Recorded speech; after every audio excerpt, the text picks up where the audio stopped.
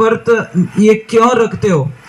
अब जो नहीं जानते, अभी से मेरा चैनल है उसके ऊपर ओके करो, सब्सक्राइब करो और मेरे से जुड़े रहो।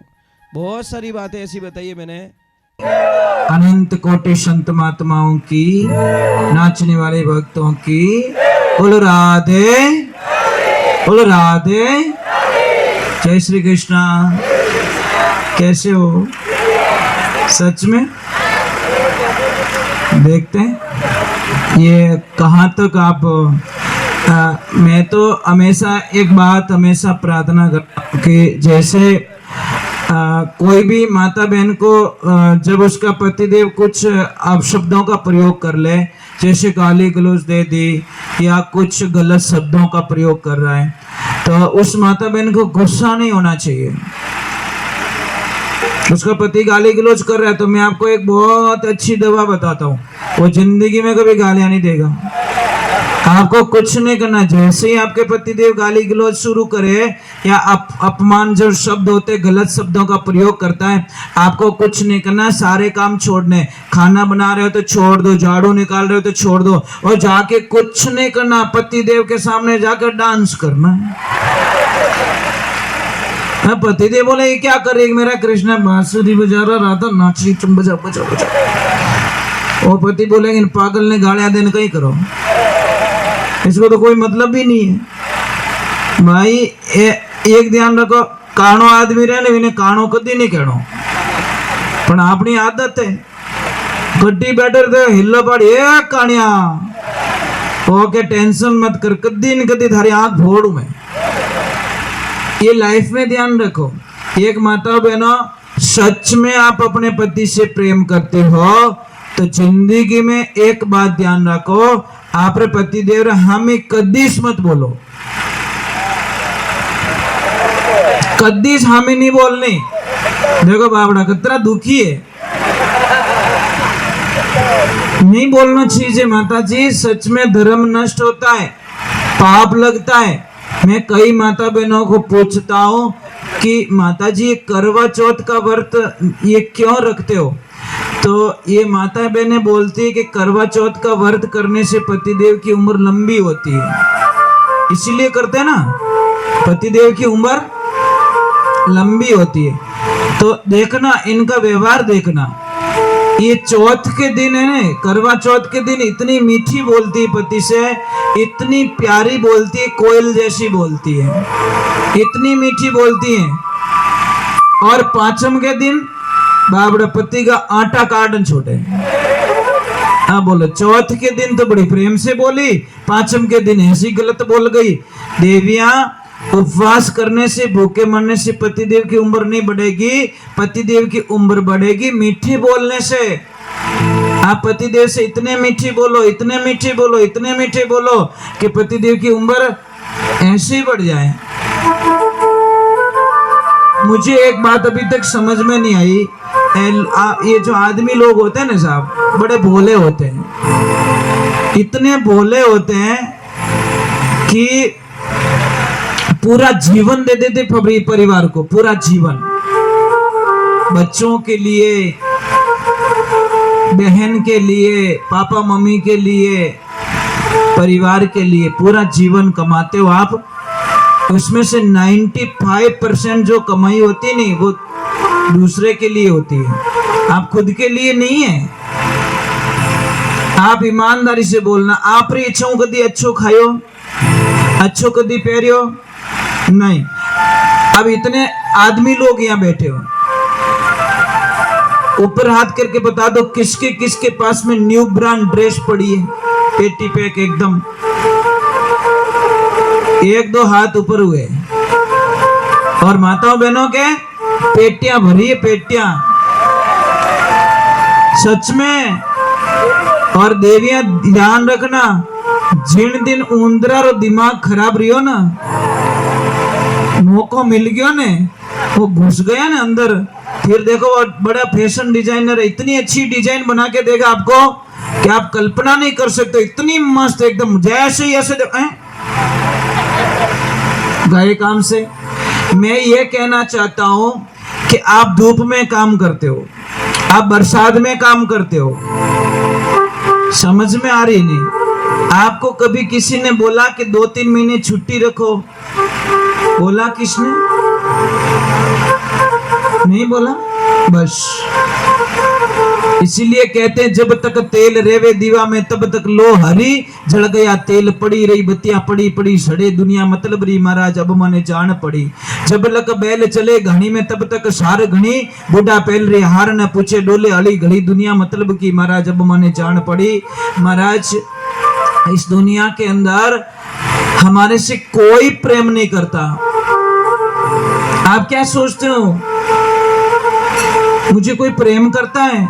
नहीं साहब, कोई प्रेम नहीं। या तो आप रुपयों प्रेम है, या अपनी गाड़ियों प्रेम है, या अपनी बिल्डिंगों प्रेम है। मैं एक चीज बहुत अच्छी पढ़ी कि प्लॉट अगर रोड पे होता है तो उसकी भी कीमत बहुत होती है।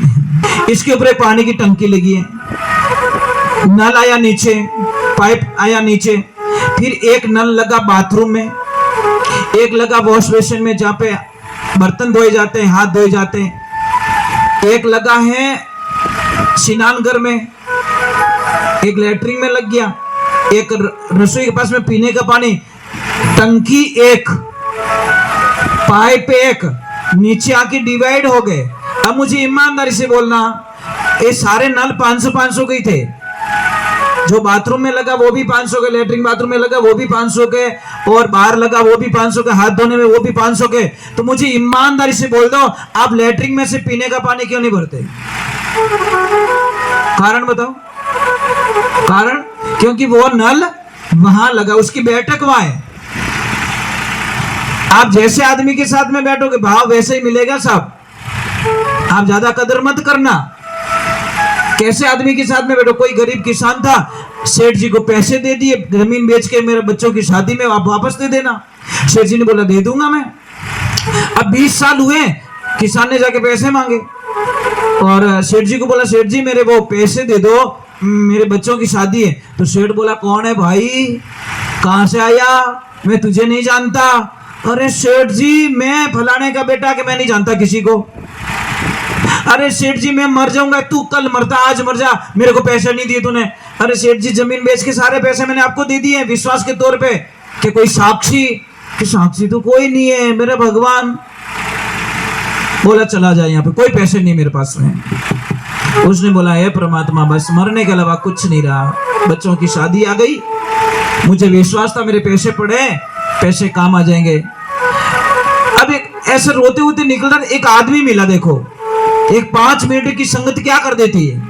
वो आदमी बोला क्यों रो रहा भैया, कि रोए क्या, वो सेठ जी ने पैसे लिए, पैसा नहीं दे रहा है, कुछ लिखा पड़ी कि कुछ भी नहीं है, मैंने विश्वास के तौर कि तूने पैसे तो दिया ना, कि सच में पूरे परिवार को पता है मैंने पैसे दिए। कि चिंता मत कर, तू जा इस नगरी के राजा के पास में, वो बहुत दयालु है, तेरा कोई न कोई न्याय कर देंगे।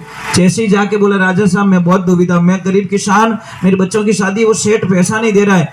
तो राजन ने बोला पैसे तो दिए तूने, कि हाँ, कि कुछ मत कर, कल मेरी यात्रा है, जैसे कल यात्रा निकालोगे आप, कि कल मेरी यात्रा है, तू एक काम करना उसकी दुकान के पास में जाके खड़ा रह जाना, और जैसे उसकी दुकान के पास मेरी यात्रा निकलेगी, रथ यात्रा, मैं तुझे वहां से आवाज दूंगा, ओए मेरे दोस्त वहां क्या कर रहा, आ बैठ मेरे पास में, तुझे करना कुछ नहीं, तेरे पैसे घर में पहुंच जाएंगे। जैसी सेठ की दुकान के पास में खड़ा रहा, राजा साहब आए और बोला रथ रोको भाई, मेरा बचपन का यार है, हम दोनों एक ही साथ में पढ़ते थे, एक ही साथ में खेलते थे, अरे दोस्त आजा, वहां क्यों खड़ा, यहाँ पे बैठ।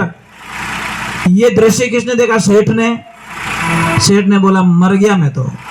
अगर इसने बोल दिया कि ये पैसा नहीं दे रहा है तो राजा डायरेक्ट तलवार निकालेगा और मेरी मौत पक्की है। वो घर पे नहीं पहुंचा तब तक तो सेठ जी ने ब्याज के साथ में ले जाके पैसे, मेरे बाप राजा को मत बताना, एक 5 मिनट की संगत का आप भी बन गया, सांप भी मर गया, लाठी ना टूटी। इस संगति का फल होता है साहब। कोई भी आदमी आपके घर पे आए और ये शब्दों का प्रयोग कर ले कि मैंने गुस्सा आया बाद में, मैं मारा बाप रो ही कहना नहीं मानो, तो उस आदमी को कभी पानी तक मत पिलाना। जो आदमी आप रे बाप रो नहीं हो सके वो दुनिया में खीनो ही नहीं हो सके। कोई भी माता बहन आपके घर पे आए और आपको बोल दे कि गुस्सा आने के बाद में मैं मारा बींद्रू ही कहना नहीं मानू, तो उस भाई को दोस्ती छोड़ देना।